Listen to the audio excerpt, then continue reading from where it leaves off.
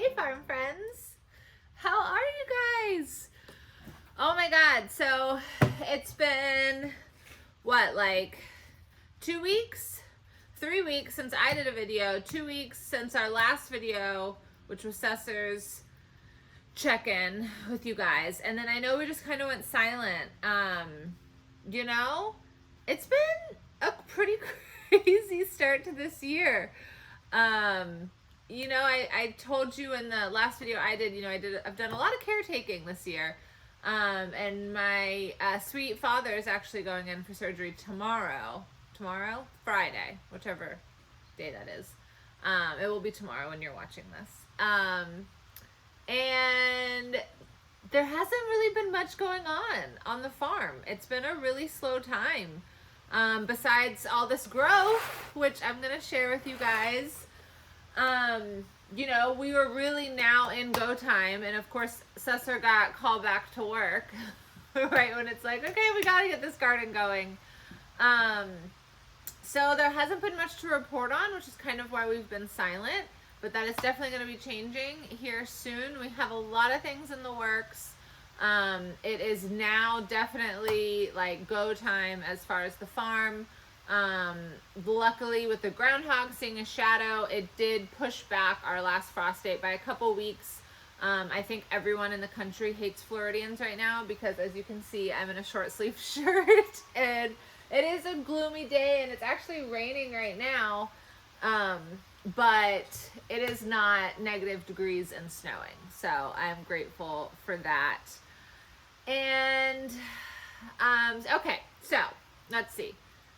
Catch up on the garden. So, you remember we did the soil test. It was sand, clearly you could see it.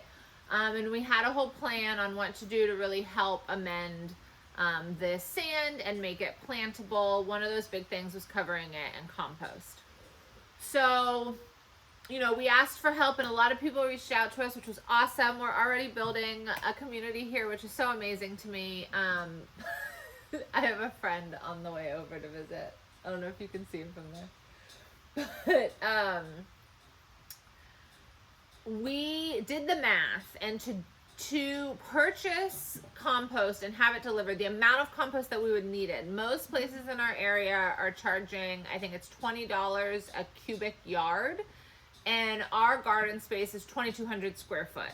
So with that math and a delivery fee, we were looking at like $800 to get the amount of compost that we needed delivered here. And with spring coming, we have a lot of things going on the farm that we need to spend our money with, and we just couldn't budget that in. That's not to say we're not planting a garden. I mean, look at everything I've been growing. We're still planting a garden, and I'll tell you what we're doing. But just to let you know a little bit about what is going on and what we are spending our money on right now is we had the honor and privilege to watch, I think, 15 baby goats be born a few weeks ago. Just about 10-15 minutes down the street from here at our friend's farm, Butthead Farms. And that was absolutely amazing. And we are bringing 4 of those babies here. So we are bringing 3 does and a buck back to our farm. So that is one thing we're spending our money on. They will be here in about 6 weeks. So yeah, definitely subscribe and set your reminders to get our videos because you're not going to want to miss goat babies. They're unbelievably adorable. But that's one thing that we're spending our money on this spring. And then we are getting rabbits as well. So we have to build an infrastructure for them and get them going with all the stuff that they need. And I really want to grow our bird flock, which really isn't that expensive. We just need a brooder and a heat source. We have pretty much everything else. So in terms of growing produce or getting meat to have for meat and for dairy, it was a no-brainer for us. Meat and dairy are more expensive, number one, and they're harder to come by as a clean source. So, and then they're extra expensive when you're buying, you know, farm fresh, pasture raised, free range, whatever. On top of that, rabbits, fast food, I believe they grow to maturity in like 8 weeks. You can process them. So really fast food to fill the freezer with.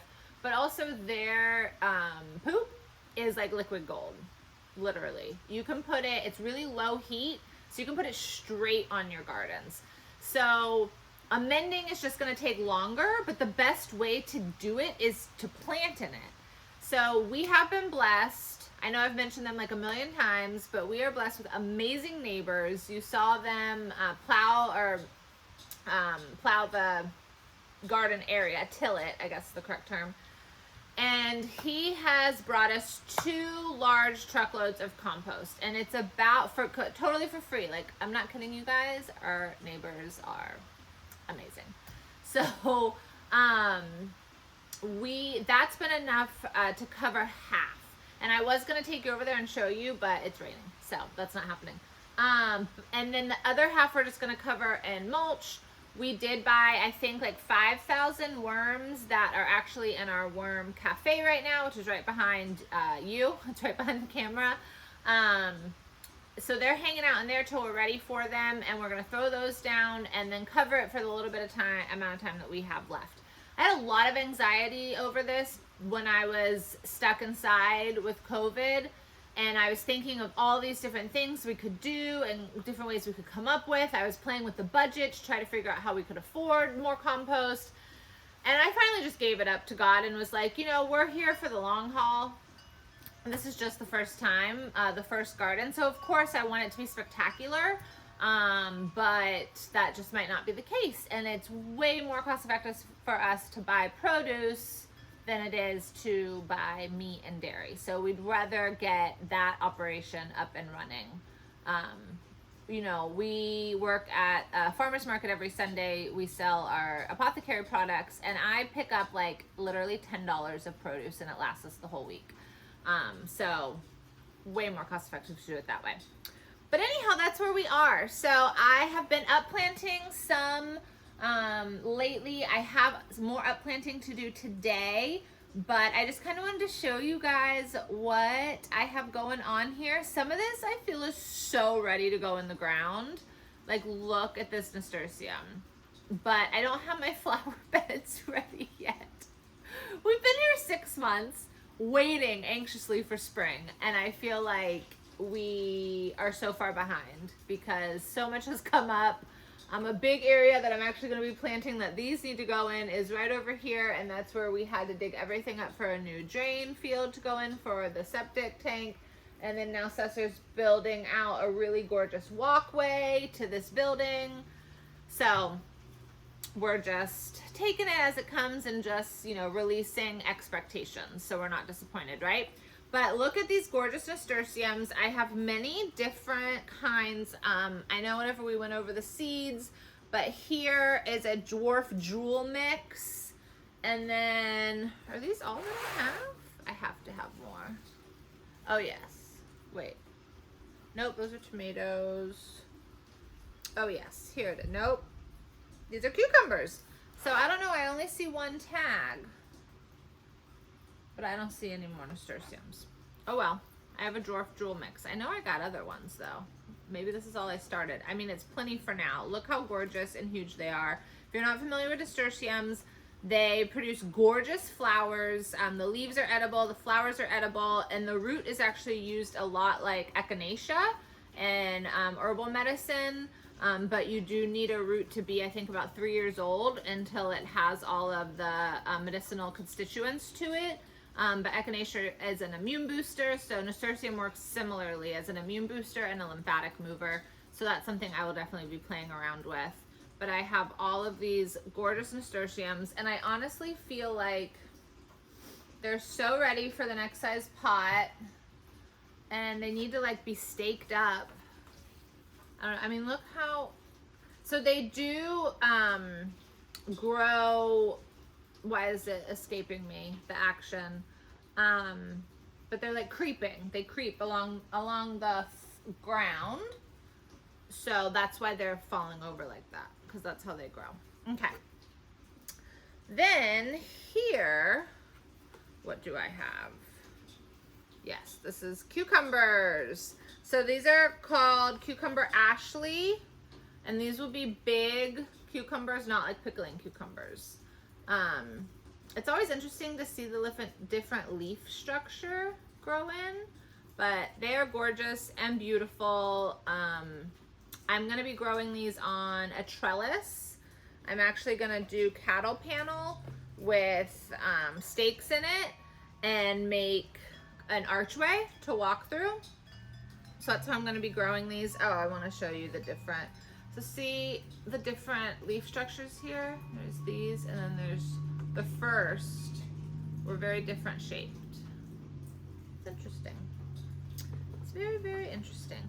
And then over here are the tomatoes that I'm most excited about, which are the green zebra. So let me see what's happening here. Let me move you out of here, buddy. I don't want to hurt you. You guys, I have to clean out the chicken house and the goat house. I really hope this rain stops. I was waiting for the sun to come out. I didn't even think to, like, you know, check the weather. And that would have been smart of me to realize, well, it might be overcast and a little cold, but at least it's not raining. So, oh well. Okay. Green zebra tomato heirlooms. I'm so excited about these. They're so funky looking.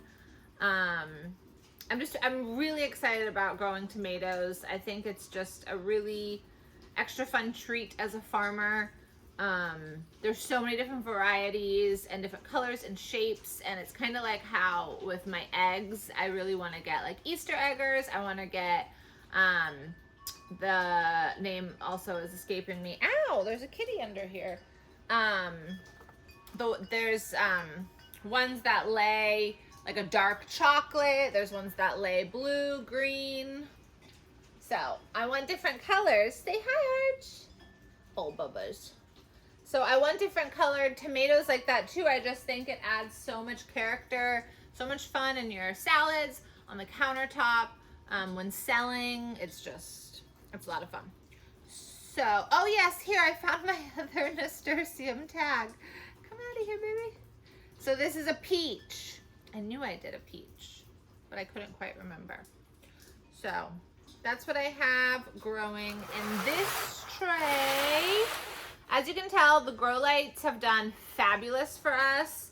I am a little worried about my snow peas. As you can see here, this one just is not gonna make it, I don't believe. I feel like they're ready to go in the ground. Their roots are coming out pretty big at the bottom, and just look how big they already are.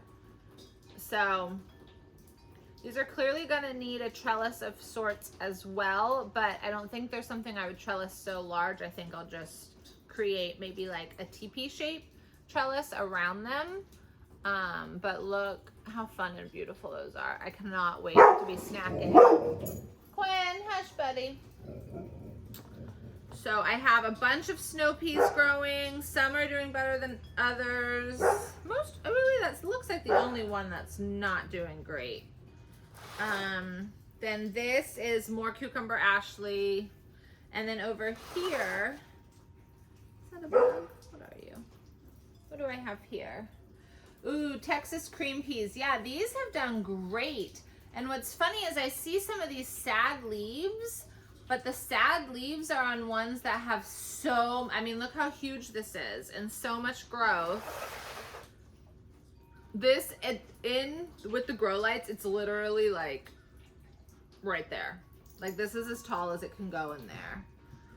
So, you know, I've said this probably on every video I've filmed for you guys, but this is all a huge giant experiment. I've never grown like this, and when we did grow at our old house in the city, Cesar did most of it. That was pretty much his baby, the garden. I handled like the herbs and stuff, but he handled most of the food. So this is all brand new to me. It's all a huge experiment. I'm definitely learning as I'm going. and I can't wait to have a greenhouse. I know that for sure, which is so funny. I never thought as a Floridian I would need a greenhouse, but I definitely do. So these are the Texas cream peas, like I said. And yeah, they're like totally done with these beginning leaves, and they have these big, but see how tall and leggy this is? Like, I think it's ready to go in the ground, but I'm not ready for it. So I don't know if I should go ahead and up pot them. I mean, the roots aren't coming out of the bottom really. Nothing crazy, but I don't want them to be so leggy. But like I said, so what I am doing, oh, I left my notebook in there, but I am documenting everything, and I highly, highly recommend that. I have written the dates of everything I've planted, what I planted it in, like if I planted it in a 72 flat, which is really all that I've had. I have planted some in 2x2s of herbs and stuff, but I wrote what I planted in, the soil, the brand, and where I bought it that I used. And then I notated when the seed started growing. I've notated out of how many. Of course, I wrote how many I planted. I wrote from there, like if any didn't come up, or I wrote on each day that they did come up, because I still have some that haven't come up from my original planting. And then I will notate things like this, that you know, I feel like it's leggy. I feel like I planted it too soon. One died. I think I already mentioned that. Some of the leaves are turning colors. And then I will continue to notate all of these things as I go through the growing season. I will write how well the plant does. If the plant didn't do well there, the type of sun exposure it got there, maybe it needed full sun and where I planted it, it really only got partial sun. I'll notate that. And then as far as like the flavor of the plant, if I like it, what it tastes like, and pretty much, so I know next year, okay, when do I need to plant them? And do I even want to plant them? Did I like them? Did we eat them? Did we give them most of them away because we didn't like it? All that. So I'm notating all of that. And it's when it was first recommended to me, I was like, I don't want to take notes. Like, I want to be a gardener. I want to work with my hands and get dirty. I don't want to take notes and write stuff. But guys, it's so important. And it's not even important like if you're doing a market garden, because that's not what ours is. Ours is strictly at this phase, for this year, it is strictly growing food for our family, for us. And so it's still important to know these things, because you don't want to be wasting your money. All right, let's see. These nasturtiums are like out of control. I gotta figure something out for those poor things. All right. So over here, I think it's gonna be up potted today. One of the things I've been doing to determine if things are ready to be up potted is look at all of those roots. That is a definite sign these bad boys are ready to go, and they will be getting up potted today. Goodness gracious. Okay, so here I have all of our peppers, which is so exciting. See, and not all of these really took. And look, like these, that doesn't even look like a pepper plant. I don't know. So I have Red Knight bell pepper. I have California Wander bell pepper. I have Jalafuego hot pepper. I have, okay, this is crazy. So you know the like bags of small sweet peppers you can get at the grocery store? I love to eat them, like cut them in half and put some like cream cheese, veggie cream cheese is the best, in them as a snack. Or I'll just throw them into like scrambled eggs or whatever. So what I did when I was snacking on them, I just set all the seeds aside in a little ramekin, and it literally sat on the counter for a few months. I did not wash, I did not do anything. I just took them straight out and set them in that ramekin. And then when I was planting, I planted some and all of them took. So that's really exciting. I don't know if they'll be true to what they originally were, but we'll see. And then I have eggplant here too. So What I am noticing is, because it was my first time doing this, I was very nervous about planting just one seed. I was like, what if it doesn't grow? And a lot of these seeds were so teeny tiny that I was like, there's no way. Like, they have to have multiples. Well, that's not really the case. And I'm really having a really great germination rate on pretty much everything I bought. So I'm really impressed with all the companies we purchased from. But yeah, I'm definitely having multiples in the same. So, in the same little whatever hole. So some of them, like my tomatoes, I had that happen, and some of them I was able to pull them apart in the process, but some of them I wasn't. And so like this, for instance, I have 2 here. And the research I've done pretty much says you need to go in and weed them out. Or thin them out. That's the term that they use, thin them out. I'm very nervous to do that still. I don't know why. I feel really horrible like pulling out one of the plants. And I'm like, what if the other one dies? So I haven't done it yet. Some of them, like this one, kind of separated. So I put it in here in the same pot, but they're separate. And some of them got whole new pots because they easily came apart. I don't know, guys. Tell me if you're more advanced than I am at this, if you're more schooled, tell me that I really just need to pull them out and thin them out, because is it just are they gonna hurt each other? Are neither gonna live? I don't know.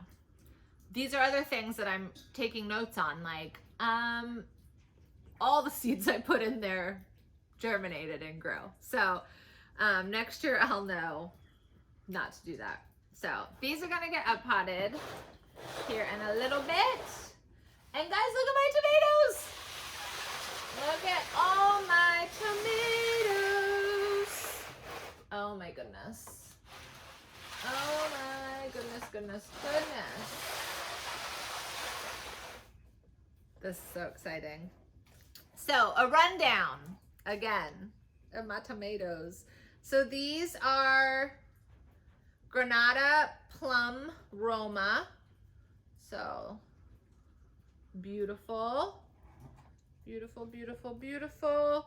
Here we have Big Beef. So the one I was showing you that has the 2. Oh, come on out of there. Be gentle. Is a Big Beef. And you know, the tomatoes grow pretty slow. So same with peppers. See, like, oh, this leaf looks funny. This leaf looks funny too. Oh no, what is that? Let me see if I can show you. This worries me now. Now I'm worried. Can you see that? I don't know if you can. Remember, guys, I use my phone. But that has me a little concerned. I'm gonna have to look into that. Okay, so Big Beef. Do I have anything else over here? No, look, this is all Big Beef tomatoes.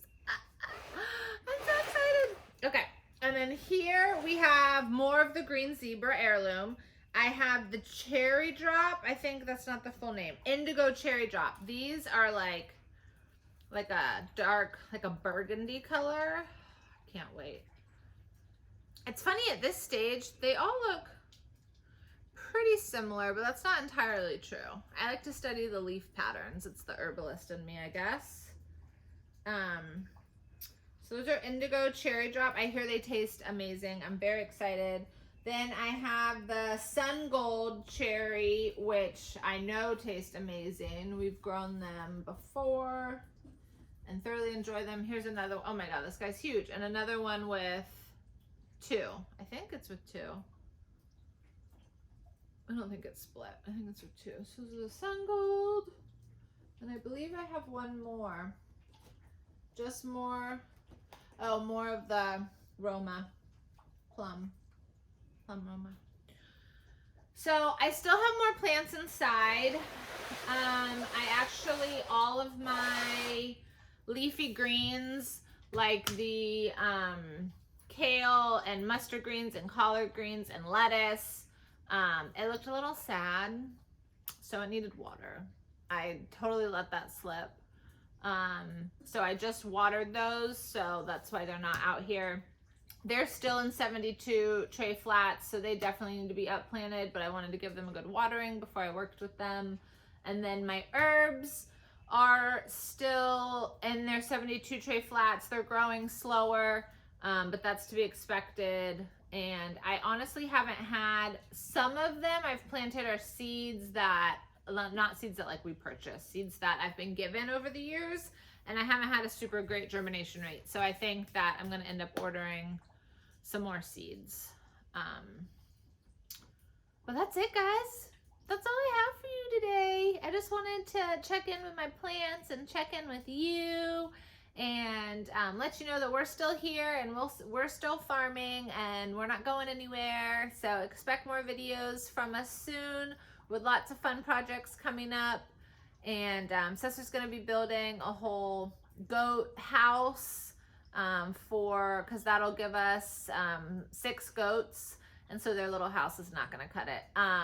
So he's going to be building that in the next month, and we got to get going with the rabbits, and yeah, lots of things coming your way, coming our way, coming your way. So again, guys, if you would like, just go ahead and hit the subscribe button, and you know, we love and appreciate the support so much that you give us.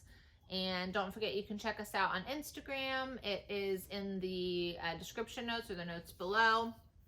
And that's it. So hope you guys are having a wonderful, wonderful week. I hope you are staying warm wherever you are, and we'll see you next week.